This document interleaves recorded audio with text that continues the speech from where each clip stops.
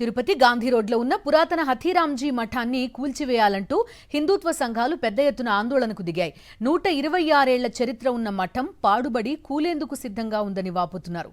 దీనివల్ల మఠానికి వచ్చే భక్తులతో పాటు స్థానిక వ్యాపారులకు కూడా ప్రాణహాని ఉందని చెప్తున్నారు. మఠాన్ని కూల్చివేయాలని ప్రభుత్వం ఆదేశించినా జిల్లా కలెక్టర్తో పాటు మున్సిపల్ కమిషనర్ మాత్రం పట్టించుకోవడం లేదని ఆగ్రహం వ్యక్తం చేస్తున్నాయి హిందూత్వ సంఘాలు.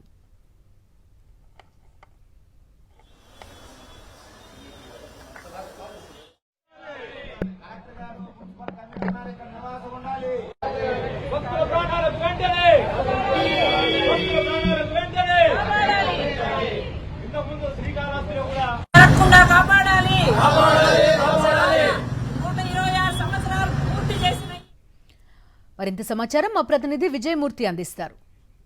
ప్రపంచ ప్రఖ్యాతిగాంచిన తిరుమల తిరుపతి దేవస్థానంకు తిరుపతిలో ఉన్నటువంటి హథీరాంజీ మఠానికి ఎంతో విడదీయరైనటువంటి అవినాభావ సంబంధం ఉంది. 126 సంవత్సరాల చరిత్ర ఉన్నటువంటి హథీరాంజీ మఠాన్ని పాత భవనం పాడుపడడంతో దీన్ని కూల్చివేయాలంటూ హిందుత్వ సంఘాలు ఆందోళన చేపడుతున్నాయి.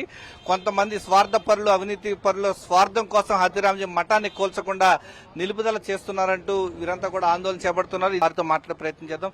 స్వామి, కొంతమంది ఏమో కూల్చవద్దంటున్నారు, కొంతమంది కూల్చాలంటున్నారు. ఏంటి మీ యొక్క ప్రధాన డిమాండ్?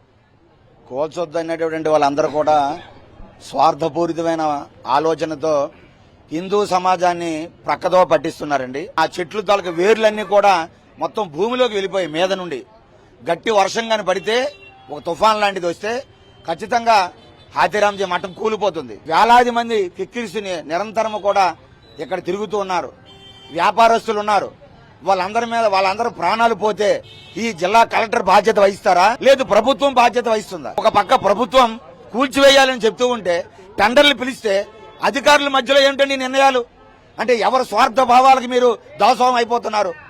ఇప్పటికే మనం వైకుంఠ ఏకాదశి నాడు ఆ రోజు తొక్కిసలాట జరిగి ప్రాణాలు పోతే హిందూ సమాజం ఆ మూల్యాన్ని ఇప్పటికీ మర్చిపోలేకపోతుంది. ఇక్కడ ఉండే వ్యాపారస్తులకి మీరు ఎక్కడో ఉపాధి కల్పించండి, వారికి ప్లేసులు ఇవ్వండి, వారిని ఆదుకోండి. ప్రాణాలతో వ్యాపారాన్ని ముడికట్టి జరిగే దుష్పరిణామాలకి జిల్లా కలెక్టర్, మున్సిపల్ కమిషనరే ఏది జరిగినా బాధ్యత వహించాలి. కలెక్టర్ గారు అలాగే మున్సిపల్ కమిషనర్ 2 రోజులు రాత్రి పడుకోమానండి. ఇక్కడ కుటుంబ సభ్యులతో రమ్మనండి. ఎంత భయంకరంగా ఉందో మఠం పరిస్థితి, ఎంత దీనాస్థితిలో ఉందో. రేపు ఏదో ఒక కమిటీ వేస్తామంటున్నారు. ఆ కమిటీలో ఎవరిని పెడుతున్నారు? కోల్చకూడదనేసి ఎవరైతే స్వార్థపూరిత రాజకీయ నాయకులు ఉన్నారో వాళ్ళని పెడతారంట. తలా వసూలు చేసి ఒక మూట ఇచ్చారు. ఆ మూటని ఈ రోజు భద్రపరుచుకునే దానికి దీన్ని కోల్చకూడదనేసి ఇది చెప్తున్నారు. ఇది తిరుపతి ప్రజలందరికీ తెలిసింది, బహిర్గత రహస్యమే. 1కి 2 సార్లు నిపుణుల కమిటీ వెరీ క్లియర్ గా ఇచ్చింది, ఈ బిల్డింగ్ ఎటువంటి పరిస్థితుల్లో నివాసయోగ్యం కాదు. ఆల్రెడీ టెండర్ పిలిచారు మీరు. టెండర్ కూడా సక్సెస్ఫుల్ బెటర్ ఉన్నారు రెడీగా దీన్ని డెమాలిష్ చేయడానికి. లేదు, మీరు వారసత్వ సంపదగా దీన్ని ఉంచాలనుకున్నారు గవర్నమెంట్ గా, రైట్, ఉంచండి. అలాంటప్పుడు ఏం చేయాలి? ఇమ్మీడియట్ గా ఆర్కియాలజీ డిపార్ట్మెంట్ కి హ్యాండ్ ఓవర్ చేసి కంప్లీట్ గా వీళ్ళందరినీ ఖాళీ చేయించి ప్రభుత్వం హ్యాండ్ ఓవర్ చేసుకోవాలి.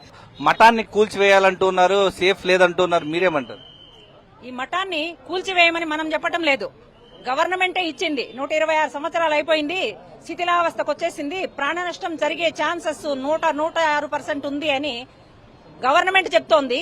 ఆ గవర్నమెంట్ చెప్తున్నది కూడా వినకుండా లక్షలాది మంది ఇక్కడ పిలిగ్రిమ్స్, లోకల్ పీపుల్ తిరిగే ప్రదేశాన్ని కాపాడాలి అంటే ఇక్కడ ఈ శిథిలావస్థలో ఉన్న భవనాన్ని తొలగించి వెంటనే ఈ మఠానికి 126 సంవత్సరాల చరిత్ర ఉంది కాబట్టి మళ్లీ ఈ మఠం ప్లేస్ లో మఠాన్ని కట్టించి ఇక్కడున్న మాన్యుమెంట్ ని, తిరుమల తిరుపతి పవిత్రతకు ఒక మూల కారణమైనటువంటి హథీరాంజీ మఠాన్ని కాపాడాల్సిన బాధ్యత అధికారుల మీద, రాజకీయ నాయకుల మీద ఉంది. మొత్తానికి తిరుపతిలో ఉన్నటువంటి హథీరాంజీ మఠం విషయంలో ఇటు బంజారా సేవాదళ వాళ్ళు కూల్చకూడదంటూ ఓవైపు పెద్ద ఎత్తున పోరాటాలు చేస్తా ఉంటే హిందుత్వ సంఘాలు మాత్రం దీన్ని కూల్చివేయాలంటూ ఆందోళన చేపడుతున్నాయి. ప్రజలకు రక్షణ కల్పించాలంటూ కోరుతున్నాయి. కెమెరామెన్ ఎల్ఐతో విజయమూర్తి, సాక్షి టీవీ, తిరుపతి నుంచి.